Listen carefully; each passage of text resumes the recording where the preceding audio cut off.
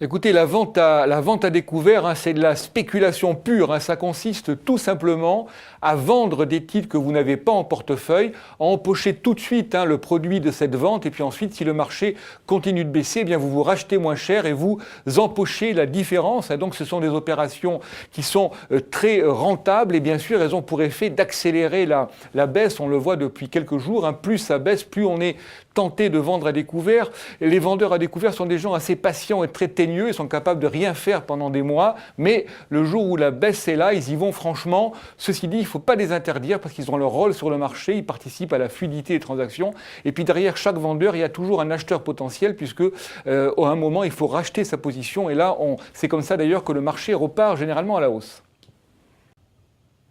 Justement, hein, ça montre tout le côté pervers de l'interdiction. En fait, la vraie raison, c'est que, en réalité, aujourd'hui, avec les produits financiers qu'on a à notre disposition, les boursiers ont plusieurs manières de jouer la baisse d'un titre, notamment par les produits dérivés et les varants. Donc, en fait, on se rend compte que ça ne sert à rien. Il faut essayer de réguler le marché, mais interdire les ventes à découvert, c'est pas du tout opérationnel. Au contraire, on peut même empêcher le marché de repartir à la hausse ensuite, parce que ces vendeurs, un jour ou l'autre, vont devoir se racheter.